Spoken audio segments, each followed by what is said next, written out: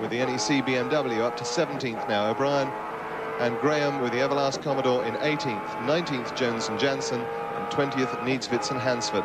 21st position, rain on the windscreen there. McCollum Gazard in the Commodore, position 22. The Bargwanna boys in the Corolla leading their class, position 23. Verheyen and Full also in a Corolla. Then car 70, Bates and Bates, third in their class. O'Brien and Brabham, the car number 9. Synovus in 25th position. Car 42 rather, in 26th position. Moore and Gardner. 27th is Brock and Werder. 28th, Easton and Stratton. Car 29, Dunford and Wright in the Corolla. And car 30, Gardner and Conway also in a Corolla. Position 31 is Murphy and Barnes in the Corolla, then Burke and Carlings Toyota Supra. The rare Talbot Corolla is in 33rd. 34th is Matthews and Newton. 35th, Seton and Jones. That car is out, and so too most of the other vehicles behind, including Binding and Tyndall, Dillman and Cotter, Holden and Jones, Kerr and Watson. That still continues, but it's trying to pick up the gaps left by the other cars that have dropped out. Reed and Ashby are out. We're back to 41st, 42nd, Hopwood and Boss and Jack English and Lamont on 43. Morris and the late Denny Holm 44th. 45th is Wilmington and Watkinson. And rounding off the field, Sala and Weeks in the Ford Sierra, one of the first out, and the first out was 47-8, Bond and Smith in the Caltex Sierra. That's the complete field, how they run in the Tooheys 1000 from Bathurst.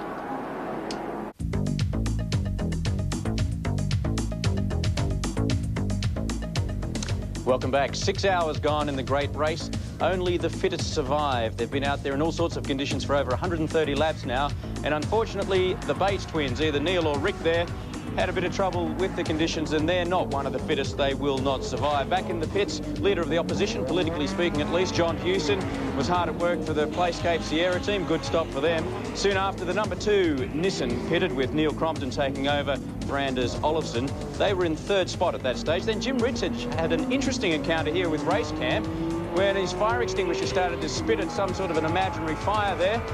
Perhaps it was warning him that the rain was about to come back. It did threaten, but so far it's held off, and they're racing in fine conditions as they head towards the 7th hour and the checkered flag. Holden is back on the mountain, and they are back with a vengeance. The Chevy engine V8. Allan Grice, win Percy. Car number 16, the Holden Racing Team in 5th position at the present time. This car has run hot and strong all day. But I'll tell you what, I don't know how much longer this will continue, because those ugly storm clouds are regathering overhead, and it might be time to take a look at a mountain memory of 87, which was our last race under these kind of conditions.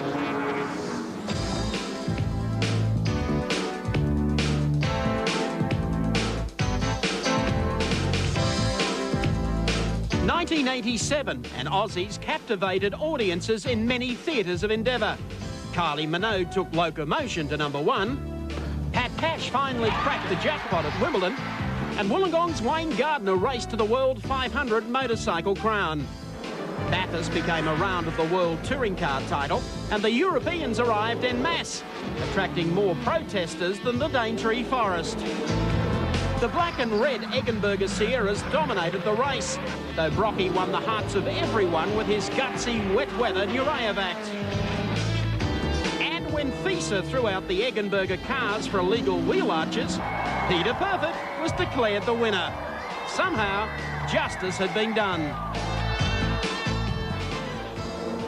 Yes, and as I said, the ugly storm clouds that marred the end of the race that day, 1987, are back again. We've had one spell of wet through the middle part of the day here, or the late part of the morning and early afternoon, in which drivers, by their own admission, experienced the worst conditions, not just here at Mount Panorama, but in the case of many of the more experienced drivers anywhere that they've ever driven in the world. Andrew Miedecke, now at the wheel of car 55. He's got the belt done up, I don't think. No, that was his drink. Was it? Oh, okay. I was grabbing at his shoulder. Just before you escape the subject of the weather, Gary, the chopper pilots have told us that there's more hail in Orange, and that hail is moving this way. Car 55 in 7th position. We just saw it rejoin the race with Andrew Miedecke at the wheel. Car 35, the Peter Jackson Sierra entry. The badly banged up Peter Jackson Sierra entry. Wayne Park in 8th position as they rejoin the race. David Parsons, yes, it is David Parsons at the wheel now.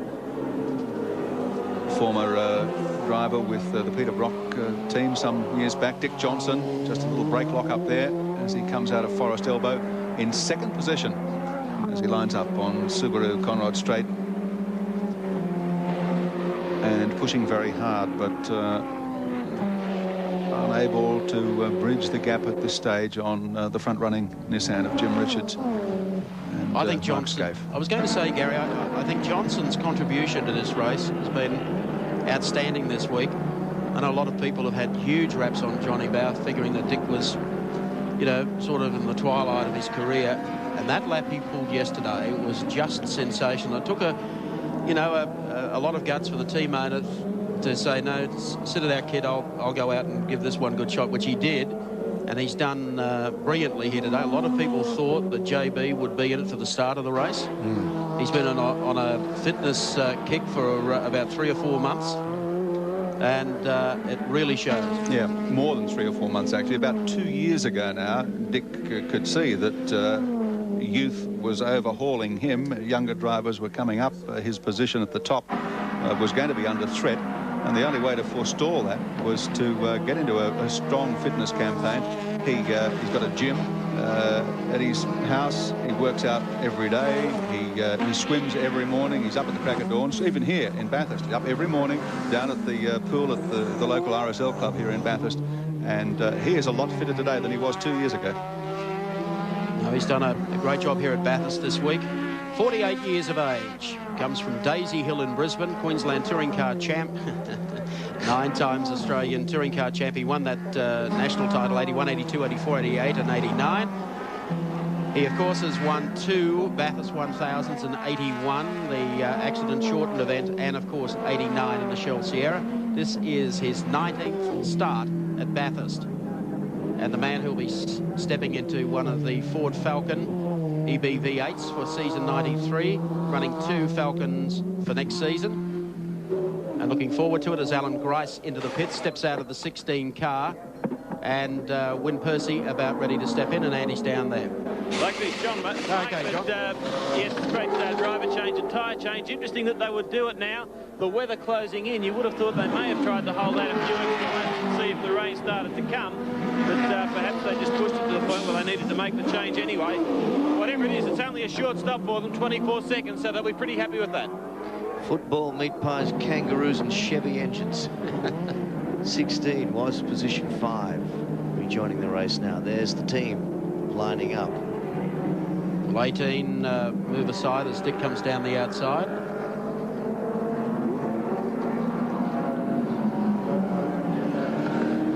They come around the turn. Actually, Dick has been making some inroads at Mark Skaife's lead over the past couple of laps. In one lap, he pulled about 4 seconds. The next lap, it was 1 second, so we weren't quite sure whether or not Mark was held up in traffic. But Johnny Bowe, car number 17, who is paired with Dick Johnson, will be delighted with where they're standing. You got a bit of a smile on your face, JB. Well, it's a long way to go yet, Mike, but Yep. The car is the most perfect car I've ever driven in a long-distance race. It's fantastic. There's nothing wrong with it at all, and I hope it just keeps going that way. And I'd hate to wish Freddie Gibson's team any ill win, but you know, if something happened to it, I wouldn't be sorry. Oh, terrific. I see he's just ripped off a quickie, 2:17.72. That's not too bad. The storm clouds are rolling in. About the last thing you really need is more rain with those four-wheel drives, isn't it? Well, it is. The bit I did 38 laps in the rain earlier, and it was absolutely frightening, the most frightening experience I've ever had in 20 years of motor racing. So I'm glad Dick's in the car if it's going to rain again. You told me on the media day here at Bathurst you weren't really looking forward to another start at Bathurst in a turbocharged Sierra. You couldn't wait for the V8 to come. Still hold that idea? Well, yeah, I do. I mean, the car has just been so good, though. I couldn't speak badly of it, but you know, it'd be nice to drive a V8, particularly if it ever rains again, because the Sierra is very, very sudden on the throttle, for want of a better term, and you know, it's not a nice experience in the wet. Well, Skaife's got a 58-second break at this stage over Dick, and Dick has been carving a little piece at a time into that. We can only hope it stays fine. I think fine would suit you better than wet. Well, you could say that again. 58 seconds is, you know, it's a long way, but you know, they've only got to have a little problem and we'll be there. So obviously the car's healthy if Dick's still doing 17. So, you know, I'll keep my fingers crossed. OK, we'll keep them crossed for you too. Thanks for the chat, John. Thanks, Mike. Very nice young man, Johnny Bowe. I thought was one of the stars of the Shell Australian Touring Car Championship this year. He told me earlier, you know, Mike, that Dickie Johnston was really anxious when he went out yesterday and pulled that 12 off to give the finger to the people who were saying he was a show pony for letting Johnny Bowe do all the work and then getting in to drive it when the cameras were on. Well, we know that was a little different. There goes Dick. He'll overhaul Larry Perkins here as Perkins comes out of the pits in position 10. They've had an awful lot of trouble in the 11 Commodore, Bob Jane Team Arch Commodore. Dick's not mucking around, is he? No. Straight up the inside will take split times. Richards and Skaife lead. That's the gap, 58 seconds, 58.464 to the Johnson Bowe car. Third is Neil Crompton in the Winfield Nissan GTR. Fourth, the Longhurst Chicotto, Benson and Hedges BMW. And fifth, number 16, Percy and Grice in the HRT Commodore VP. Stick around, we'll be back in a moment. You're back at the Tooheys 1000 at Mount Panorama Bathurst. Coming down to Forest Elbow, car number 41, the Daily Planet machine. Up to 9th now in the race. Yeah, terrific performance, actually. You consider the guys behind this vehicle, primarily Andrew Harris, been away from motorsport for about 5 years. Ran the race here, or going back to the mid-80s a couple of times. Gave away motorsport, was then involved in a horrific light aircraft crash on King Island in Bass Strait, was badly smashed up and badly burned. Has made a good recovery and has decided to make a comeback, partnering Gary Cook. But there are 3 drivers, in fact, involved in this car. John Trimble as well, the sponsor of the car, has had a stint out there today and acquitted himself not too badly, considering the absolutely atrocious conditions. So they've done a good job. Well, up to 9th, that is a fabulous effort. Well, Gary Cook knows what it's about here. Well, of course, Gary's an old campaigner here at Mount Panorama Bathurst. And they had 2 cars entered. They were always considering dropping one car, using one as a training car. Well, they had to drop it after Friday when they gave it the barbecues galore treatment, John Trimble. But no, he's done a great job. Harris, Cook and Trimble in the Daily Planet car, a Larry Perkins machine. And it heads up Mountain Straight. Their slogan, of course, at the Daily Planet is, the Daily Planet always moves at your pace. Thank you, Doug. And it's a fairly fast pace today. They also have a wonderful jukebox over there. Great. That's what you said, wasn't it, Will Goodrich? Yes. Coming up to the top of the mountain. Johnson was making inroads at about 1.5 seconds to 2 seconds a lap on Mark Skaife there for about 4 or 5 laps. In the meantime, we go back down to the pits for the changeover between Tomas Mezera. Let's go down to JB. Yes, thanks very much, Mike. Mezera hopping in for Jones. It is a scheduled stop. Staying with the slick tyres again.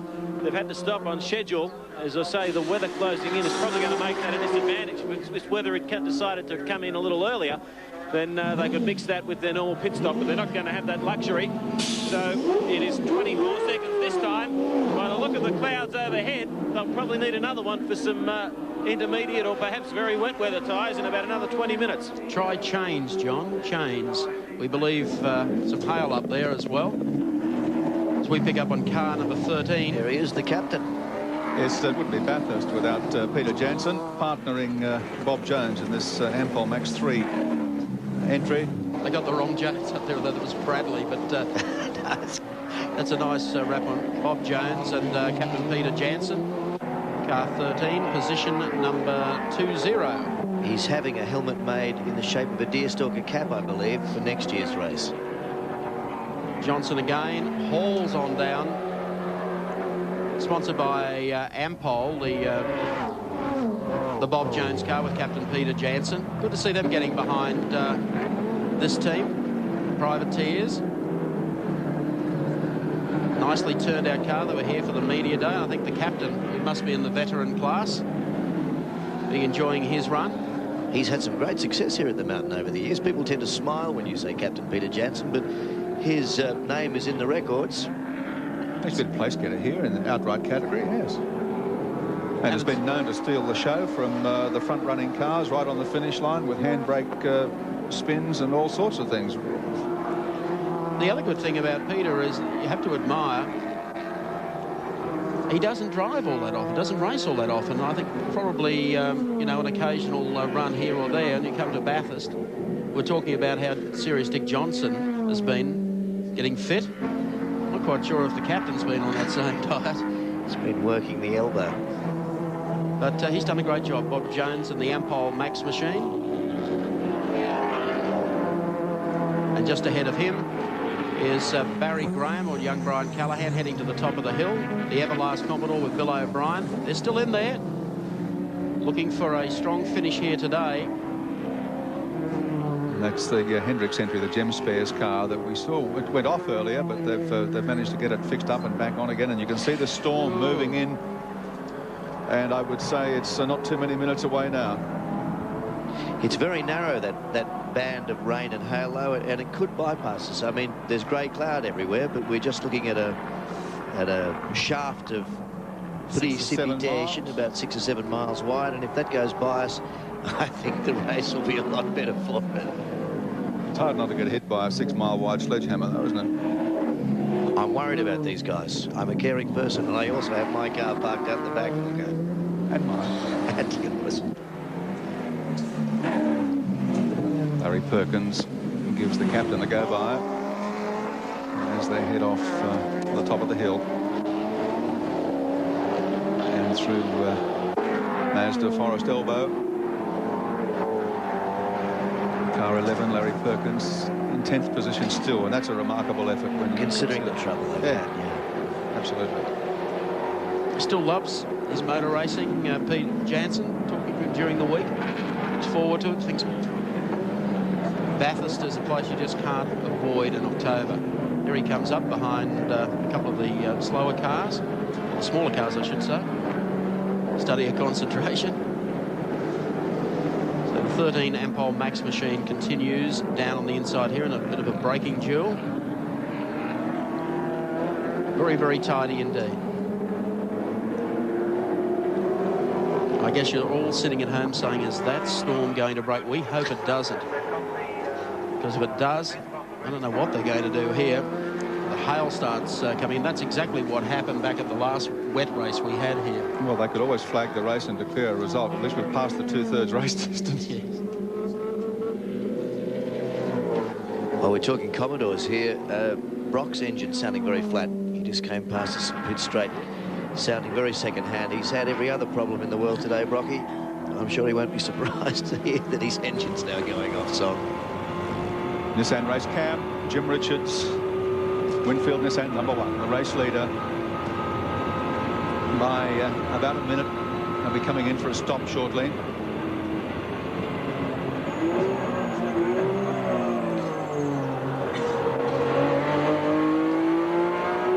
Here's one of the few people at Mount Panorama that wouldn't mind if the storm did break. It would not concern him one whit.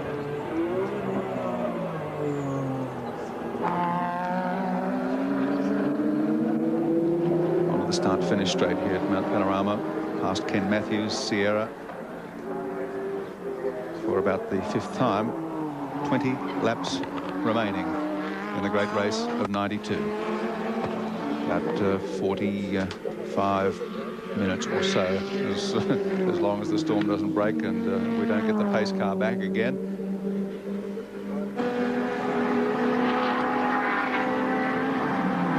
Sounds of rolling thunder overhead. I bet they're trying to keep that car out there. They'll be staying away from the pit as long as they possibly can. There's now a curtain of rain moving right behind the mountain. Couldn't be more than a mile behind Skyline. Let's check them out for you on the Caltex race score. The race leader is, of course, Jimmy Richards. Second spot held by Dickie Johnson and John Bowe. Third, Neil Crompton, Anders Olofsson. Fourth, Johnny Chicotto, Tony Longhurst. And fifth is 16, Win Percy and Allan Grice. Sixth spot, the Gibbs Onslow GIO Nissan GTR, followed by car number 55, Andrew Miedecke and Troy Dunstan, the Mobil 1 Commodore. Eighth is 35, Wayne Parker, David Parsons and the Peter Jacksons here at night. Car number 41, Andrew Harris and Gary Cook and the Daily Planet Commodore. And 10th spot, number 11, Larry Perkins and Steve Harrington in the Bob Jane T-Mart's Commodore. Don't go away.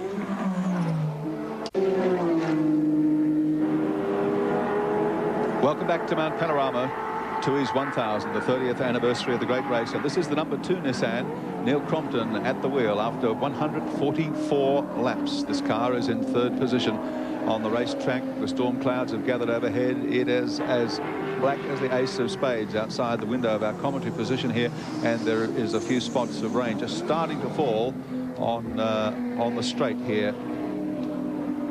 Now, if this storm breaks, all hell will break loose.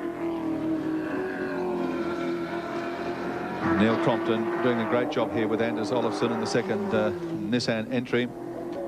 Neil, of course, has long been part of our 7 commentary team, but jumped at the chance for a drive like this, just 31 years of age, and has a terrific record for a guy who really, until just recently, has been a part-time driver. Has had a couple of starts here, has had a 5th place finish in the 12-hour race, a 5th place finish in the 1990 Tooheys 1000, and 3rd in the 92 Australian Drivers' Championship. What we don't see on those stats, Gary, is a reference to Neil's success on motorbikes as a kid, too. He's been a petrol head since he was able to walk, really. His father had him racing trail bikes in the country when he was a lad, and he was very successful. In fact, won an Australian Championship, as I recall. That's right, won a junior, as I recall. Just looking along the pit lane out our window, and all the teams have got full wet tyres lined up. Well, here comes Crompton beneath the Subaru bridge, heading down to Caltex Chase. This is a real bind for the team bosses, isn't it? I mean, Crompton must be due for a pit stop right now. And they take him in now. What tyres do they put on? This band of rain is pretty narrow. If it goes past and they put wets on, he's in all sorts of trouble. You couldn't put wets on in these conditions. We'll find out what they're going to do. So the danger now, they'll probably service the number 2 car, Neil Crompton. And use it as an experimental vehicle. Could do, put Anders Olofsson in the car, who's probably a lot more experienced with wet weather racing, or they may leave Neil in the car. We'll wait and see that. We'll soon find out. Mark Osler is on the spot. Thanks very much, Gary Wilkinson. Yes, Neil Crompton comes in. He's not getting out of the car. And the Nissan crew have been all sorts of consternation discussing with the Yokohama tyre engineers exactly what tyre to put on this car. It's just started to rain quite heavily in pit lane, and they're putting on full wet weather tyres for the run to the finish. 143 laps, but of course, if the weather changes and it gets dry, Crompton's going to be back in again. This could be a fascinating finish to the Tooheys 1000. Freddie Gibson holding on to him. I've got the clock on 25 seconds. The car off the air jacks. Crompton mobile in 28 seconds. Very slick stop from the Nissan crew. Yeah, fabulous stop. Now, anything that Dick Johnson had going for him, making inroads on Jimmy Richards, has now disappeared. With the arrival of the rain, they're all out there on slicks. There's going to be a mad charge through the pits here. There's no point staying out there. It's going to hang around this bad weather. There it is. There's Mark Gibbs going through in the GIO car. The idea now is to just ease it out and bring them on down into the pits. No heroic stuffs on Subaru straight. You can see the guys have backed them all off, and here comes the charge into the pits. 55, Andrew Miedecke is in. He's ready for a full set of wets. Car 28, Kevin Waldock in the pits, same thing.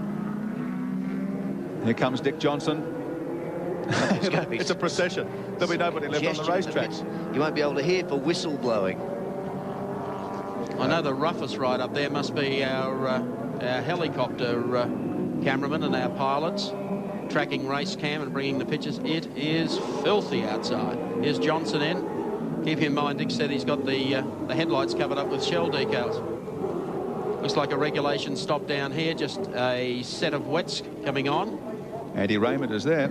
Yes, a full set of wets going on. John Bowe is actually going to jump into the car. He's not doing that. The team very concerned about time. Team manager Ross Stone is really giving the boys a lot of hurry up here. As I said, the full wets are on as the Percy Grice car goes out, and Johnson is just about ready. Now he's going down from the hoist, and Dickie Johnson's back in action. Gibbs Onslow car goes as well. There's going to be a mad charge out of pit lane. Pace car, I think, is going to come out as well. Make sure that cars don't stay out there, because you can see what's happened up there. 76 it is. one of the Corolla, the 1600cc cars, Calvin Gardner, Jeff Forshaw, Mike Conway. I couldn't quite see which of them was in the car, but he's out, he's okay, we can see that much. Well, he's just okay. Oh, no, Jimmy Richards has hit the wall. Well, Richo, of course, stuck on slicks and no traction at all, even for a four-wheel drive Nissan. Well, here's Crompton's chance to be the ultimate hero. That car is not going anywhere else but the pits this afternoon. The rain is now hitting the commentary booth so hard, you can hear it. I would expect we might see a red flag. I can see them stopping this race. Oh, yeah. Yes. They must stop the race. This is it. This will be the end. The red flag will be out before we finish our next sentence, I would say. Well, now, if that happens, what they usually do is backdate the race by a lap or so, which could well see Jimmy Richards and Mark Skaife still taking victory. Listen to the crowd. The top of the hill. This is the kind of send-off, and I don't want to... Oh, no. Oh, no. I don't want to be unkind to Winfield and the Nissan team, but the punters at the top of the hill, this is the kind of send-off they wanted to see for the Nissans. Well, the Nissan's got in. Jim went in gingerly, but he was trying to wipe off speed. Fred Gibson.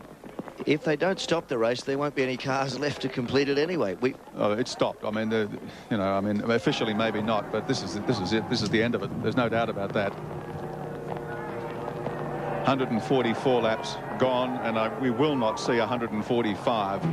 I mean, I can't believe that we will. Red flag is out. Oh, no. Just get out of that. Marshall will get hit if he doesn't get over the fence. Red flag is out. The race is over in more ways than one for a lot of these competitors.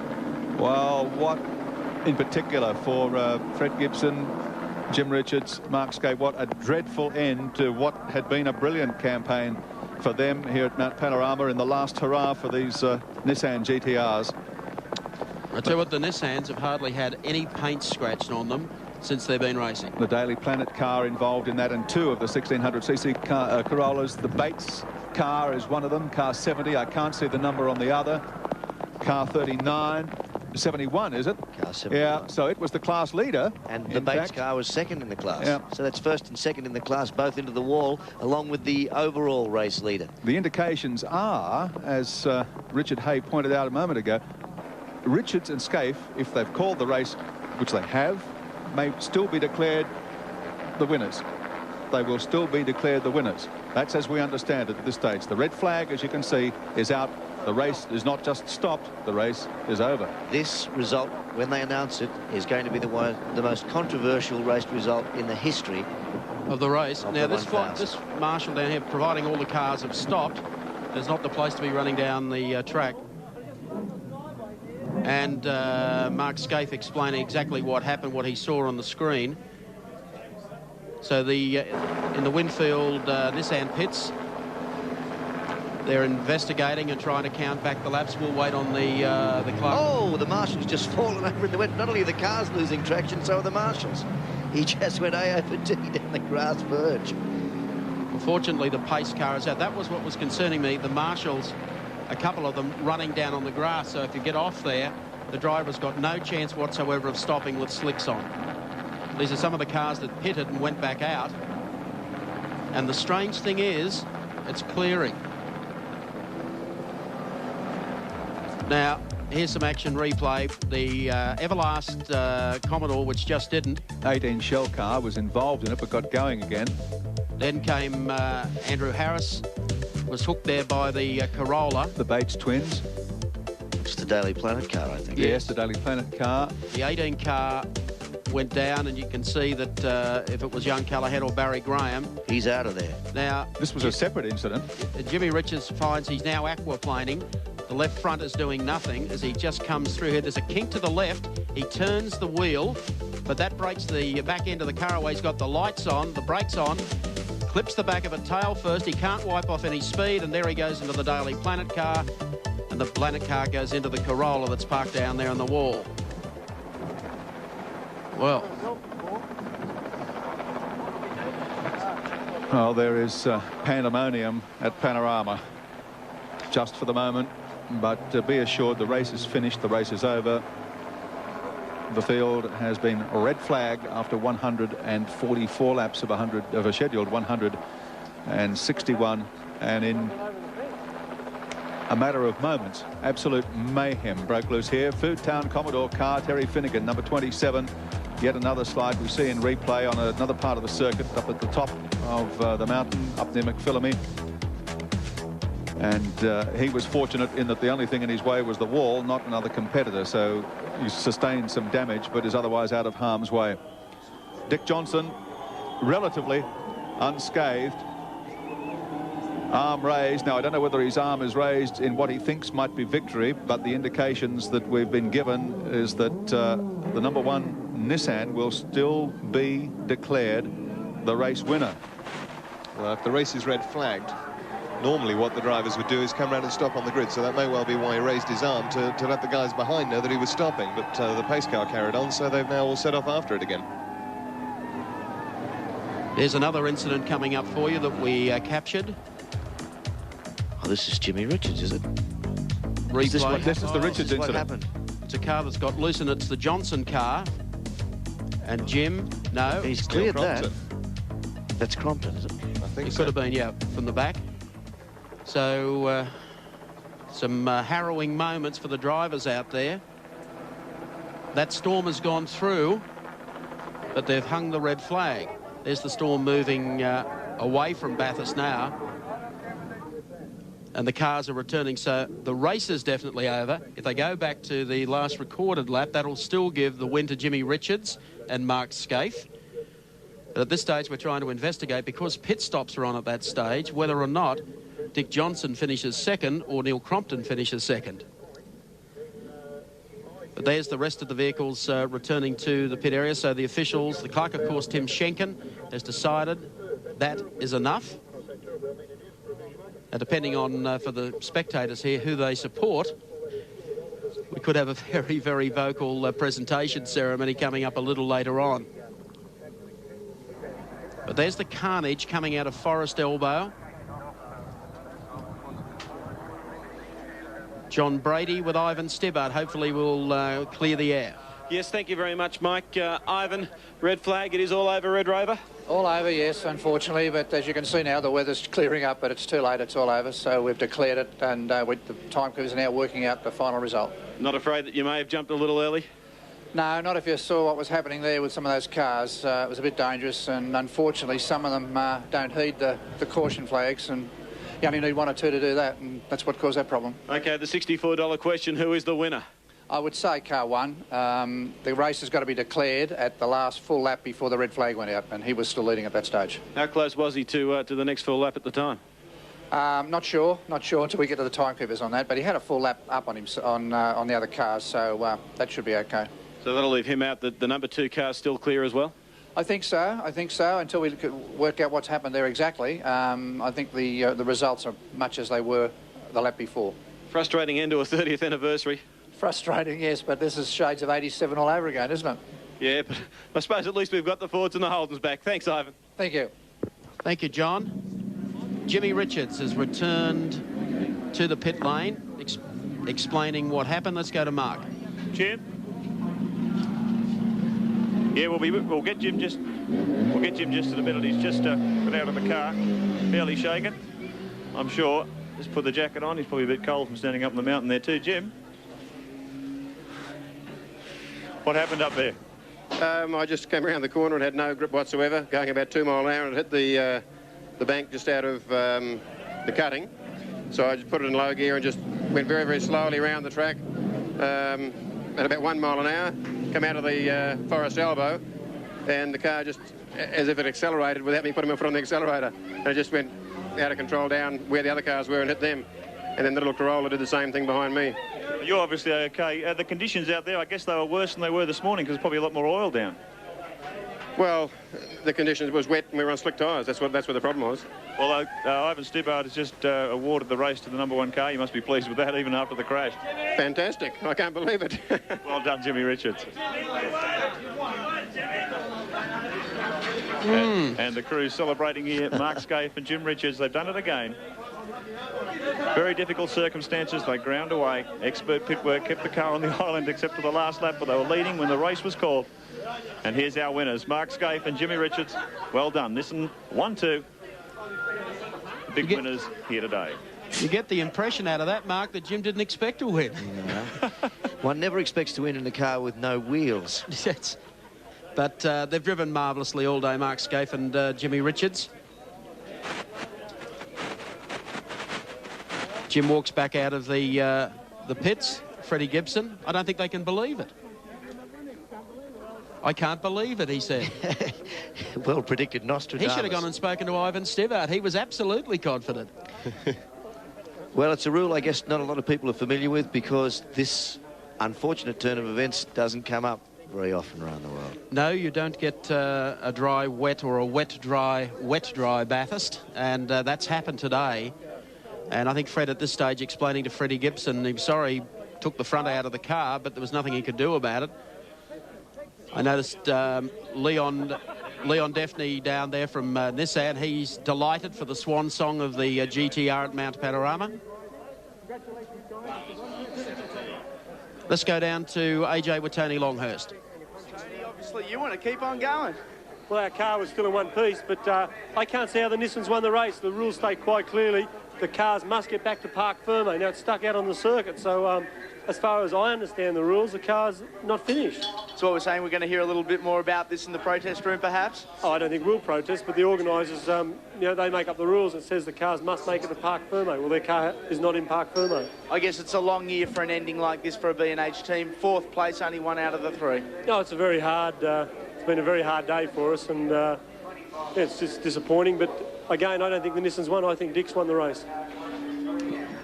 Oh, thank you, AJ, and thank you, Tony Longhurst. Actually, that's not right. What Tony's saying, I think, is incorrect. It was just pointed out to me, Nigel, one of our aficionados, just pointed out to me that Emerson Fittipaldi actually won the British Grand Prix in 1975, I think it was, while his car was a smoking wreck beside the track. So there are precedents for today's result. Well, we might be able to investigate that between Johnny Brady and Mark Osler over in the pits.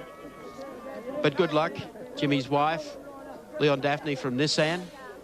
They were anything but happy about coming to Mount Panorama as the sun comes out now.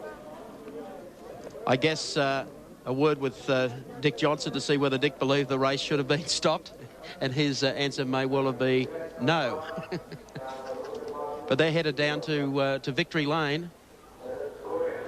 We'll have the presentation coming up shortly. But Jim, what a day for him as they make their way to the Tooheys Centre.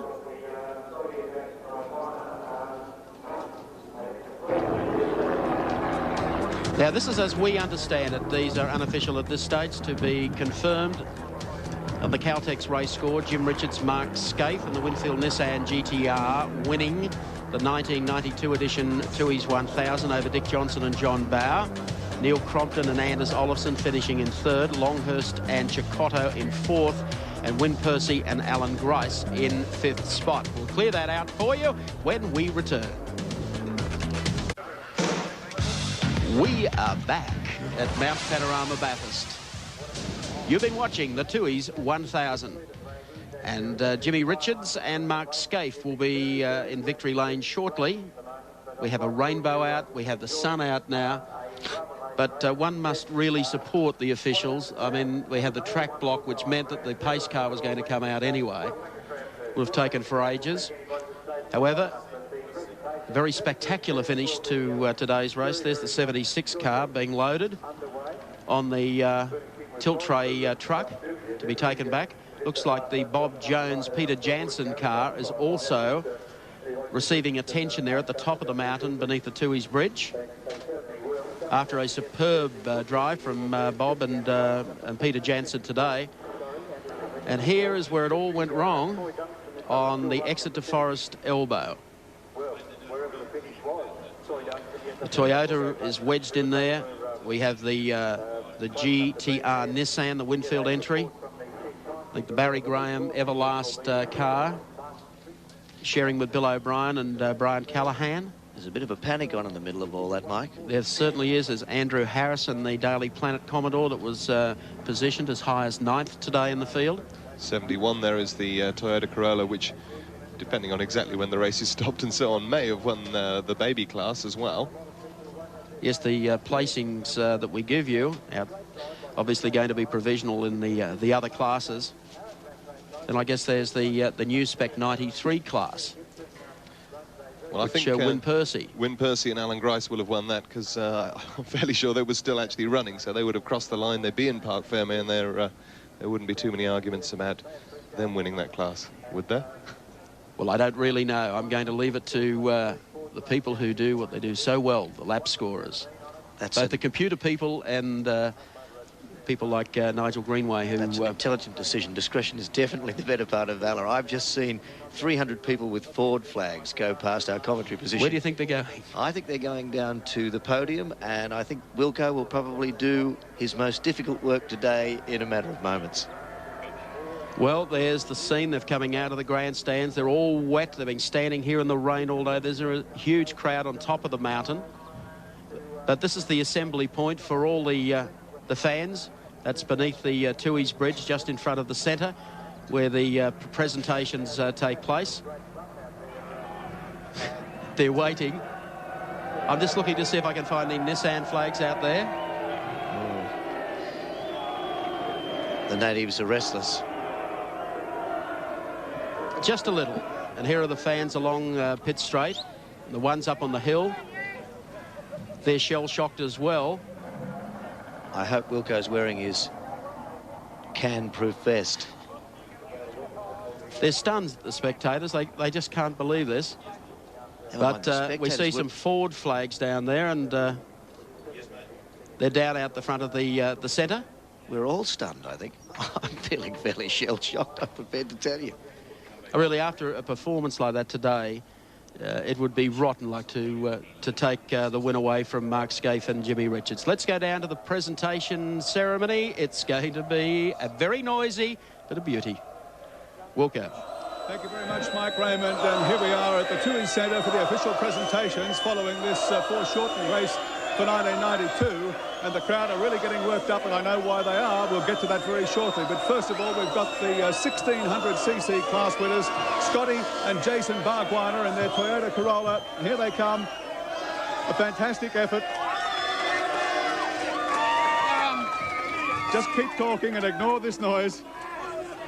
The 1600cc class winners.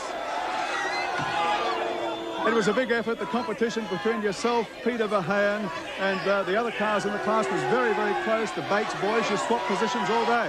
Yeah, Scott's still at the top of the mountain. He's involved in that crash. We don't know where he is at the moment. He's trying to get up here now. We've just got to thank John Smith for letting us have the car.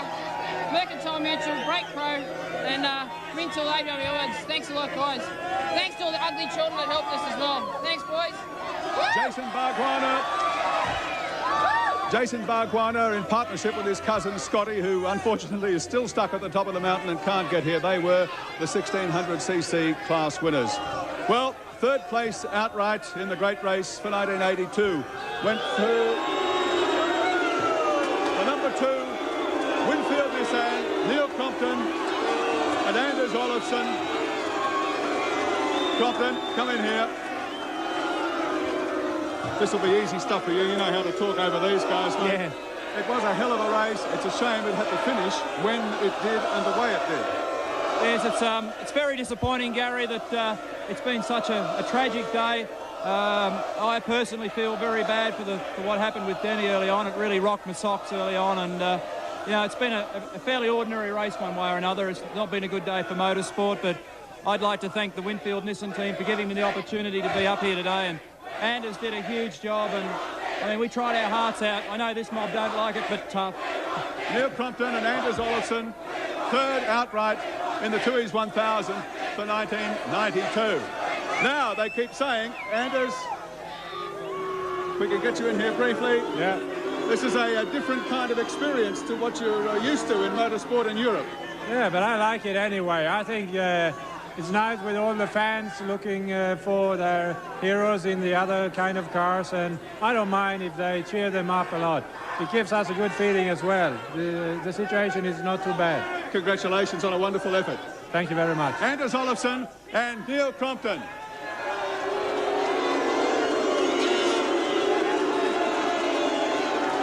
And now, the second place getters outright in the number 17, Shell Sierra, Dick Johnson and John Bowe.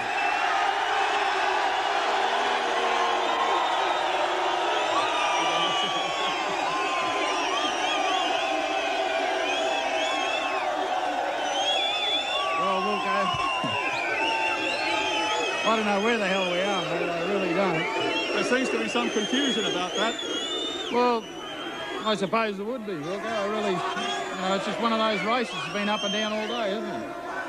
What was your interpretation of events at the finish? Did you think you were third, second, first, 15th? Well, after I passed Jim up the hill, I thought, well, we've got to be number one, surely. But obviously you can be beaten by a crash car. Well, they claim that the result is declared on the placings at the end of the lap preceding the red flag, and that Jim was in front at that point. I can't understand why they red flagged it, but that's the official's decision, and I'll just have to go by it, won't I? Well, it's a bit of disappointment, but the fans are still here in support, and next year, of course, things change. We're saying goodbye to the turbos, and I know you'll be back campaigning harder than ever.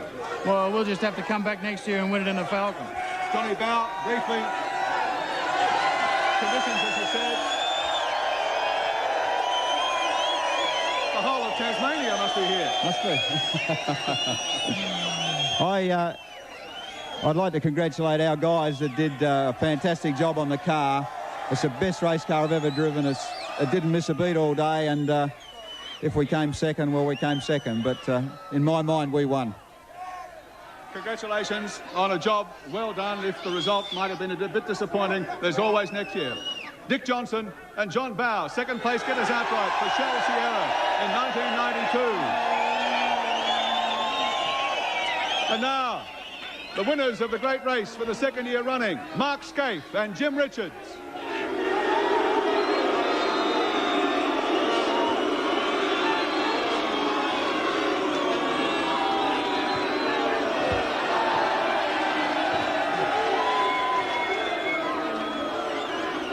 Well, it's a slightly hostile reception.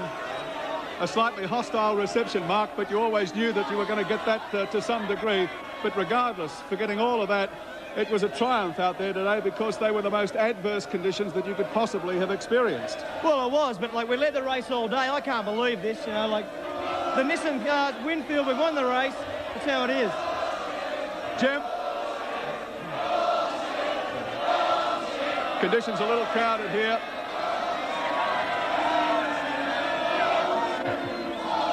Next year is another year, but the Nissan GTRs have been all-powerful for the last couple of seasons. Yeah. The regulations said they could run, and you took advantage of those conditions, and the car proved to be simply unconquerable. Yeah, thanks, Gary. I'm just really stunned for words. I can't believe the reception. I thought Australian race fans had a lot more to go than this. This is bloody disgraceful. I'll keep racing, but I tell you what, this is going to remain with me for a long time. You're a pack of arseholes.